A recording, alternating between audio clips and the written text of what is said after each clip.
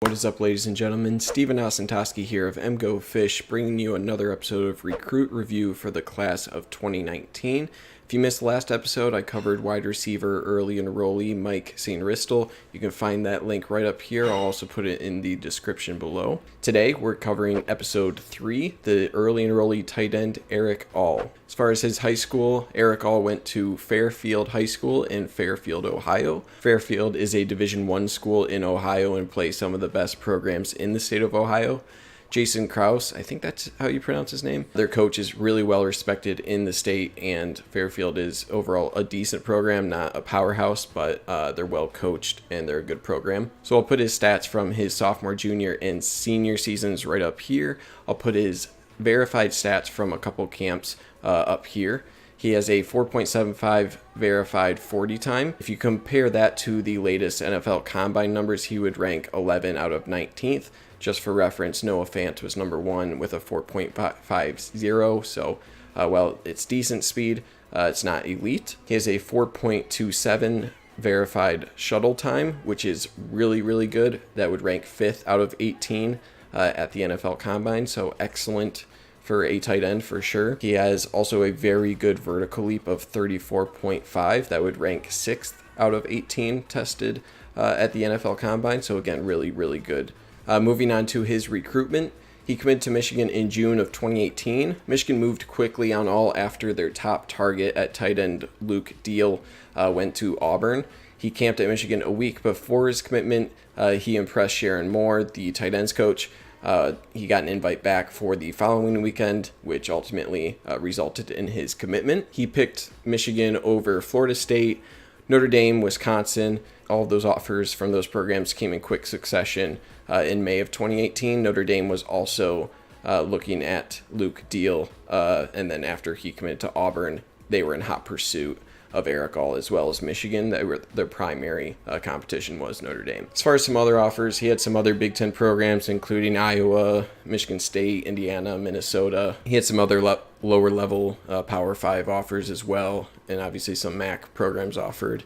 He had some interest from Ohio State and Penn State, but no offers from those programs. Okay, moving to his ratings and measurements. Rivals, ESPN, 247 agree he is a 4-star, so his composite is also a 4-star. They all have him in the 10 to 16 range, with ESPN ranking him the highest of tight ends at 10th. Compared to the other programs, his composite in the position of tight end is 13th. They all agree as well he's in the 10 to 17 range for the state prospects. 247 as the 10th best in Ohio. And then nationally, 247 thinks he's around the 300 range. His composite is around 600, which means ESPN and Rivals weren't as high up about his rating as 247 was. All three sites have him at 6'4" in terms of height and around 215 to 225, depending on who you ask. It's likely that he's closer to 225, if not more so, since he's an early enrollee at Michigan, has put on some weight surely since then. Moving on to scouting.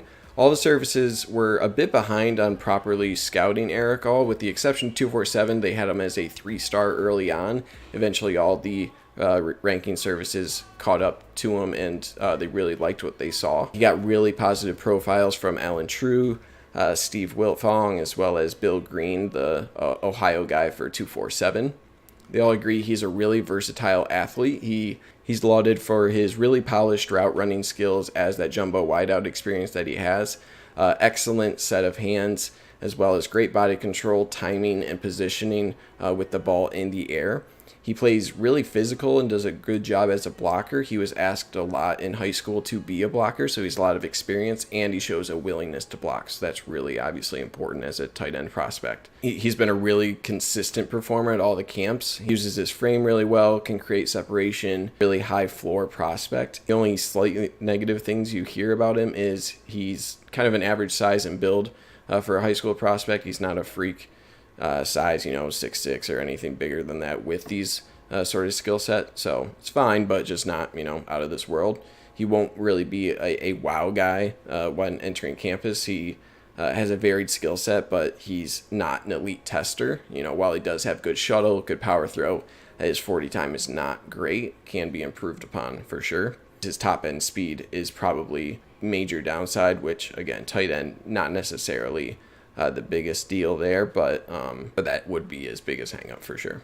Okay, let's move on to his film. I'm going to go through his high school film first. I'll focus on his receiving highlights and then some blocking highlights, and then I'll get to a couple clips from some camp highlights that he has. Okay, first play here, fade route, shows really good body control on a slightly underthrown ball, goes up, snags it, gets the TD, really nice. Play number 2, little out route here, not the cleanest route, but a really good job catching a contested ball, displays some power carrying defenders into the end zone.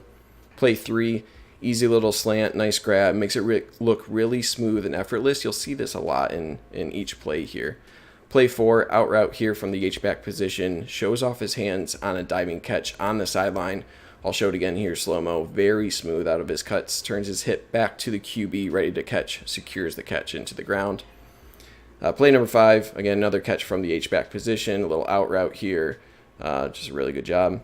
And play number 6 here, most absurd play from him, really. It's not really a catch, but number 1, he was being interfered with. Number 2, he still somehow catches it despite being out of bounds. Tipped, catches, really good body control. And then final receiving highlight, simple hitch in space. So this guy has some moves, Erick All here, he's got some moves when he needs them, can be a little bit shifty, makes a couple guys miss. Reminds me of Jake Butt on a couple screens Michigan like to run with him. Okay, moving on to his blocking. Play 1 here, just blows up, pancakes this guy, setting up a touchdown on the edge. Number 2, he's in motion as the H-back here. He finds a safety coming up the field, decides to introduce him to some buddies on the sideline. Play 3, H-back again, coming across the line of scrimmage, and my goodness, he just ends that guy. Number 4, probably my favorite blocking play from him. He engages with the outside linebacker, works downfield, picks up a safety, screaming towards the ball carrier. I'll show a replay here. Just to fall off and pick up this safety, just really good awareness there. Number 5, he's pulling through the hole here, first guy through, demolishes this guy. Obviously, he's not afraid of contact. Moving on to his camp highlights here. Number 1, high points the ball really well. That's just impossible to defend really with that sort of body control. Number 2, out and up, ball is a little underthrown. He adjusts really well to it, comes back, secures the catch, really good. Pretty clean route in this post. I like his head fake right there to create separation on his final cut. Number 4, really sharp out route here, again creating a ton of separation against the defender. And number 5, final play here, another out route, and just look at that catch. I'll show a replay. This is at his knees. He doesn't skip a beat, flashes hands, turns upfield with no delay.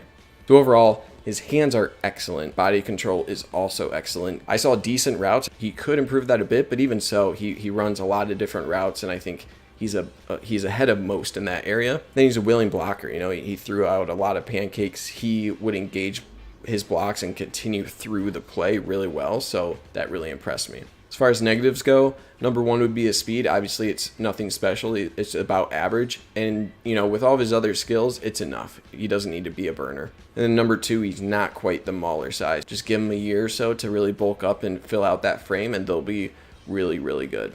Before we get to projection, really quick, if you guys can subscribe to the MGoFish channel, really appreciate all your support thus far. It only helps grow the channel. Comment below on who you want to see next. That'll help me determine who I'm covering next in the next coming episodes. Okay, moving on to projection. Despite being a high floor prospect, and he probably does have the ability to contribute early, a couple things I think keep him from doing so. Number 1, he could still benefit from the weight room. Like I said, 20, 30 pounds could do him well.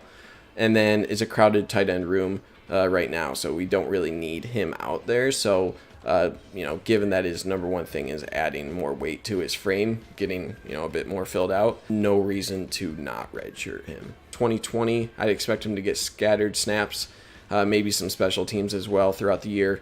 And then 2021, I expect him to compete with Schoonmaker and Muhammad. I think Schoonmaker, is that how you pronounce it? Regardless, the 2 guys from the 2018 class, I expect Erick All to already be up there and ready to compete for a starting position in 2021 as a redshirt sophomore. Okay, guys, that's it. Hopefully I kept this one under 9 minutes this time. I know they're long episodes. If you made it this far, you're awesome. I appreciate you. And yeah, keep your eyes posted on the channel. I'll get another video out to you guys soon. Take it easy, and as always, go blue.